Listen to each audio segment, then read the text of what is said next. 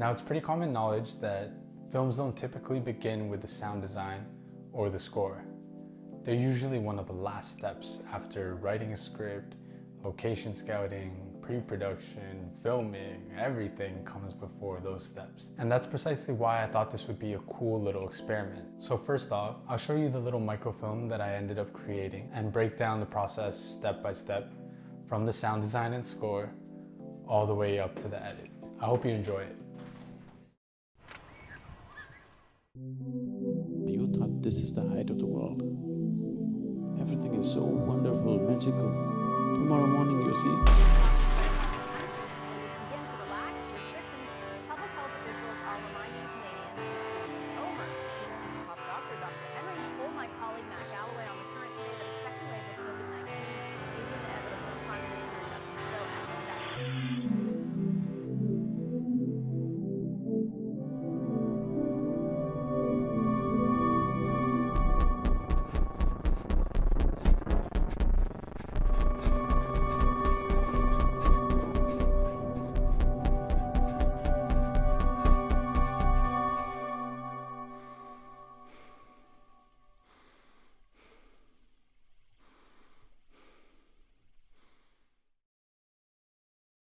Yeah, so that's what I ended up creating. It's a very paranoid and dizzying self-portrait, but I think it's a pretty accurate rendering of a lot of the things I'm feeling right now. Not right now, but you know what I mean. I'm pretty proud of it. I first and foremost started by opening up Logic Pro, the digital audio workstation that I use.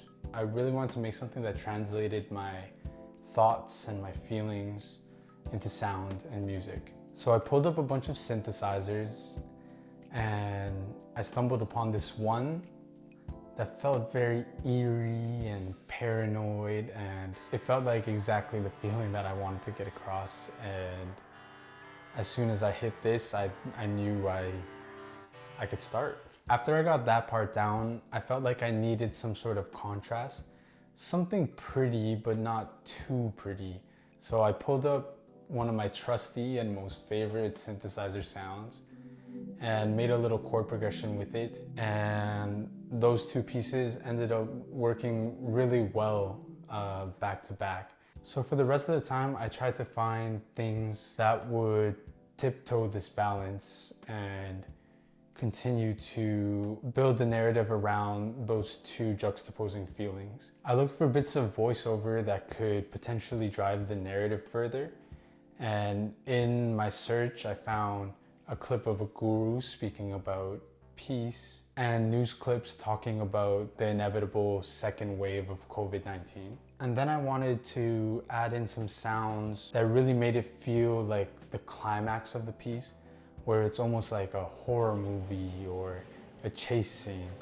So I thought I would add some distorted bass to really drive that feeling and layer it with the sounds of someone running. And then I wanted it to end on a slightly more uplifting feeling, something peaceful and something to just add a little bit of relief after such a tense roller coaster of emotions.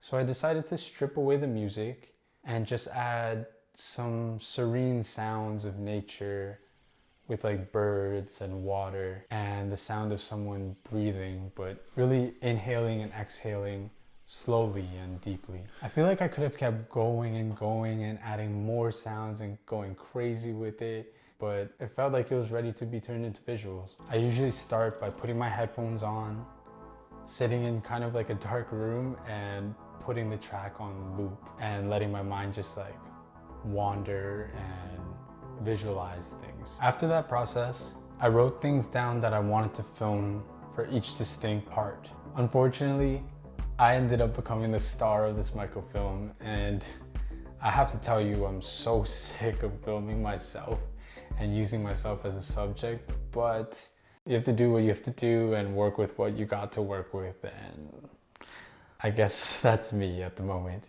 For the first section, I wanted to film a pretty landscape with the main character dead in the middle. I filmed this scene at a park by my place. The hill in this park is one of my favorite places to be in the city. You can see all of downtown Montreal, you can see Mount Royal, and it's just really peaceful up there. So I just threw my camera on a tripod, focused on the area that I thought I would be, and walked in the middle of the lens until that area, and hoped that I would be in the middle of the frame and focused. The second scene needed to feel more tense and dark. And a lot of the images that I came up with consisted of me watching TV in the dark in the morning eating cereal. I tried filming a bunch of different things with my fiance, and I ended up just using the back of my head as a silhouette with static in the background on TV. Now the third scene I kind of got out of pure luck. There happened to be a rainbow after a rainstorm, and I grabbed my camera immediately and filmed what I could. The fourth scene was really fun to film. My fiance, my son and I went to a really big park near our place. We went into the forest area, and Maddie and Isaiah went for a walk in the forest while I filmed and looked like a crazy person. I wanted this scene to be kind of like Get Out mixed with Blair Witch Project. So I filmed myself running in the middle of the frame, and I was running with the tripod and camera. It's not the greatest technique in the world, but I think it turned out to be something cool. I was also spinning with the camera on the tripod and doing really fast like whip pans. I kind of like struggled with the concept of the last scene. So I actually discussed this with Maddie, and she came up with the idea of me lying down and breathing with the mask. I took it just a little bit further, and you know, I took my shirt off, which is kind of strange, but I thought it was pretty cinematic. So now, as far as the editing, I don't want to go too in depth. It was only a 53-second video, and there's not much to the edit, but I'll explain some of the choices that I made. First and foremost, I'm not a big After Effects user, nor am I a big fan of fancy transitions or anything like that. I really like to just focus on the simple, clean cuts that help progress the story and not take too much away from it. I cut this project on Adobe Premiere Pro. I knew from the beginning that I wanted to use a 4:3 aspect ratio, just so it felt like the walls are closing in and it feels kind of claustrophobic, as if to mimic being stuck at home or stuck in one place for a long period of time. The added benefit of that is that it allows me to get things in the middle of the frame by moving it horizontally and not having to worry about the sides. So everything got to be more symmetrical than I actually captured it on the camera. We can't all be Wes Anderson. I also ended up adding 35mm film grain as an overlay on the whole piece. I know this is a really like trendy thing to do, but I felt like it needed to be a little bit muddier and not as pristine. I can sit here and justify it, but at the end of the day, I really just like film grain. I wish I could shoot on film, but you know, money.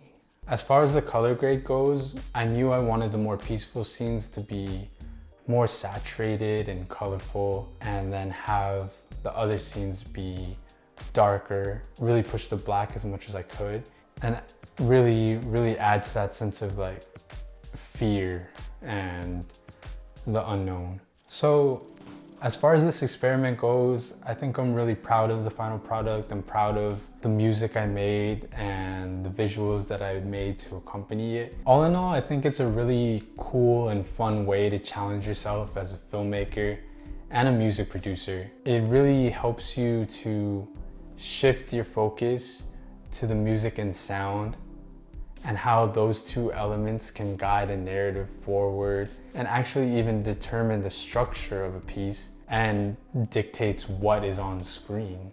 I will be focusing much more now on filmmaking and film photography challenges like this in the future. Ones that really help me to break out of my creative comfort zones, and hopefully through my experiences with these challenges and experiments, you're able to learn something about the filmmaking or photography process, and maybe you can perform these challenges and experiments yourself. Thank you for watching. Please like, comment, subscribe, whatever you gotta do.